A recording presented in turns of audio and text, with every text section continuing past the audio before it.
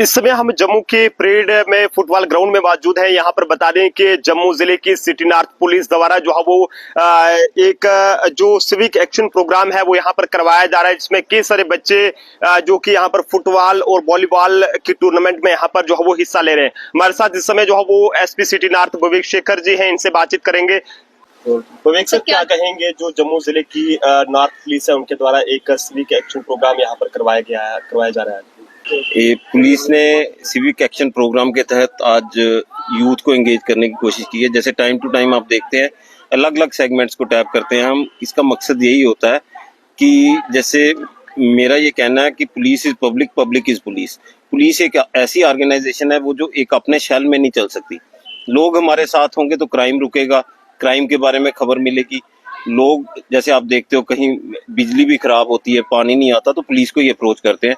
तो हम ही वो माध्यम बनते हैं लोगों के साथ। एक कार्ड जो जुड़ी हुई है उसी के एक सिलसिले में आज हमने बच्चों को एंगेज करने की कोशिश की। जैसे कि आप जानते हैं ड्रग अब्यूज की एक बहुत बड़ी प्रॉब्लम आज की डेट में हमारी सोसाइटी में बन गई है। बच्चों को इस टाइम हमें टाइमली ये बताना जरूरी है कि क्या ये इविल डिजाइन्स हैं जो कि ड्रग पैडलर्स हैं उनके, जैसे बच्चों को किस तरीके से लुभाते हैं अपनी तरफ, एंटाइज किस तरह से करते हैं। कोई पतला बच्चा है उसको कहते हैं आपकी सेहत बन जाएगी, ये वाली दवाई ले ले, ये कर ले। कोई मोटा है उसको कहेंगे पतला हो जाएगा। एनर्जी कम है तो कहेंगे एनर्जी हो जाएगी। तो इसी तरीके से हमने ये टूर्नामेंट शुरू जैसे ही हुआ बच्चों को थोड़ा एक समराइज किया, उनको बताया हम लोगों ने कि ये चीज़ें हैं, ये चीज़ें आप फेस कर सकते हो। क्योंकि हम पुलिस में रहने के कारण क्रिमिनल जैसे हम पकड़ते हैं उनसे जब पूछताछ होती है तो हमें कई चीज़ें पता चलती हैं कि वो किस तरह से कौन सा मोडस ऑपरेंडी यूज़ करते हैं बच्चों को एंटाइज करने के लिए। तो हमारा यही था कि बच्चों को ये बताएं कि इन चीज़ों से ये बचें। और सबसे बड़ी बात है, चाहे आज हम 22 बच्चों को बता रहे हैं या 25 को बता रहे हैं, ये एक वेव सी बनती है। एक बच्चा आगे 10 को सुनाएगा, आगे 10 आगे सुनाएंगे, तो एक ये कास्केडिंग इफेक्ट बनता है। तो मेरा यही कहना है कि मतलब आज की डेट में बहुत ज़रूरी है, आप ही के माध्यम से मैं पेरेंट्स से भी ये रिक्वेस्ट करूंगा कि अपने बच्चों का पूरा ध्यान रखें।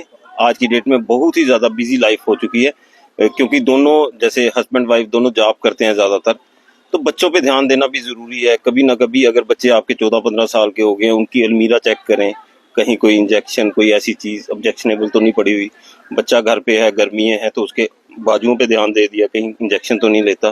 तो इसी तरह से मतलब एक क्वेश्चन मार्क पेरेंट्स ने आज की डेट में अपने बच्चों के लिए रखना ही रखना है। ये नहीं सोचना कि मेरा बच्चा है तो ऐसा होगा। और कभी कोई बच्चा इसकी चपेट में आ भी जाता है ड्रग्स की, तो सोसाइटी से छुपाने की जरूरत नहीं है। आप जैसे जैसे छुपाओगे, जितना टाइम लगाते जाओगे, वो आप ही के लिए प्रॉब्लम बनती जाएगी। तो इसमें आपने आगे आना है। अगर बच्चा इसमें पढ़ भी गया है तो पुलिस की आप हेल्प ले सकते हैं। रिहैबिलिटेशन सेंटर हमारे पुलिस के भी हैं। अदरवाइज आप कहीं बाहर जाना चाहेंगे, पुलिस एडवाइस भी करती है। इनफैक्ट मैं आपको बताता चलूं कि यहाँ पे मैं रजौरी में जब पिछली पोस्टिंग में था तो कोरोना के टाइम वहाँ पे 2-3 बच्चे ऐसे मिले जिनके पेरेंट्स चाहते थे बट वो उनके कंट्रोल में नहीं थे।